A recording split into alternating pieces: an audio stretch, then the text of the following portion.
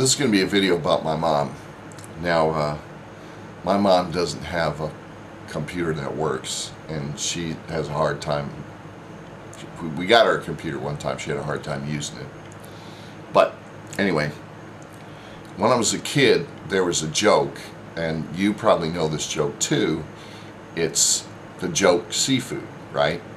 So you would ask somebody, you're at the dinner table, right? You get a bunch of food in your mouth, and you ask someone if they like seafood. And if they say yes, then you open your mouth, you have a lot of food in it, right? It's a juvenile joke, but so we used to do this to my mom, mostly me. We'd be around the dinner table, you know, my dad and my two stepbrothers and me, and we're all eating dinner. And I was better at this than they were, because I could approach it innocently. You know, I could sound innocent when I asked them, because, Mom, do you like seafood? And she said, oh yeah, I like seafood. Okay, but she's like, oh. And she fell for it a couple of times, you know, and then finally she got wise, and she, you know, and she's like, stop that, don't, you know, and so then you'd ask her, like, then just to harass her, you'd ask her like questions like, Mom, do you like carrots? No, I don't want to see them in your mouth, you know. And I had no intention of showing her carrots in my mouth, but it would just, you know, it was just, she reacts so well to it, you know. So we keep doing it. And to this day, let me see, what's he about this? Yeah. To this day, well, I don't get to see my mom very much. She lives several states away. But when we're there, when we go, you know, travel to visit her, and she makes dinner, whatever, inevitably, at some point, I will, you know, sitting at the table, hey Mom, what? Do you like seafood? I just, don't do, oh yeah, don't do, you know, and then I'll bug her with other questions just to aggravate her. But here's the thing. See, this is my mom, right? She never forgets this stuff, right? If you ever did anything, she never forgets it, right? So after I've pulled this on her at the table, she's about, at this point, she's about 76 or something. 4, 6, 7, 77, something like that. At this, but she never forgets, right?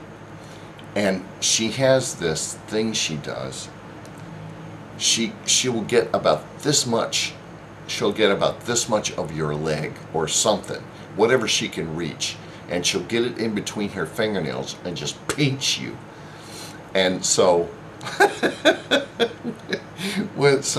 when we're done with dinner, after I've been harassing her all dinner, and you go around the table and collect the dishes, right, to go put them in the sink and wash them or whatever, as I go by, inevitably, she will grab that much of my leg and just pinch the snot out of it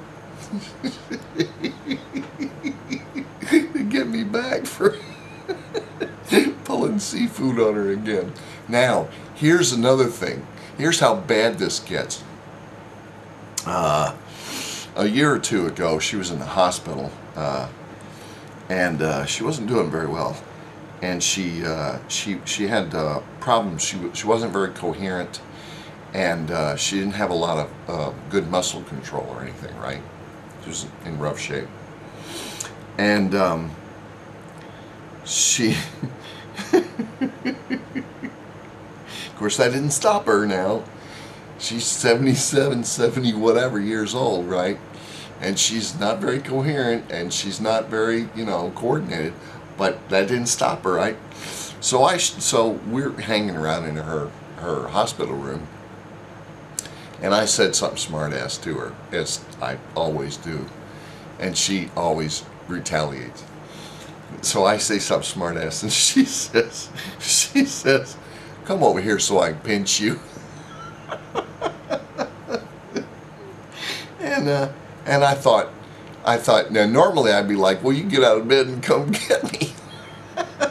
But I thought, she's not doing well. Okay, and what could she do to me? I mean, she's not in good shape anyway. So I thought, well, this is not going to be a big deal. So I go, okay, fine. Go ahead and pinch me. Man, boy, it doesn't matter what else was going on. She still had enough energy in her little fingers to pinch the snot out of me for smarting off. She's a pissant. So anyway, that's a mom story. I talked to her when my dad was alive. I rarely talked. I talked to her about once a month, and it was because she would call me. She had extra minutes on her cell phone plan, so she'd call me once a month. But my dad died in 2001, and so she was all alone after that, and so I was concerned about her. So I called her.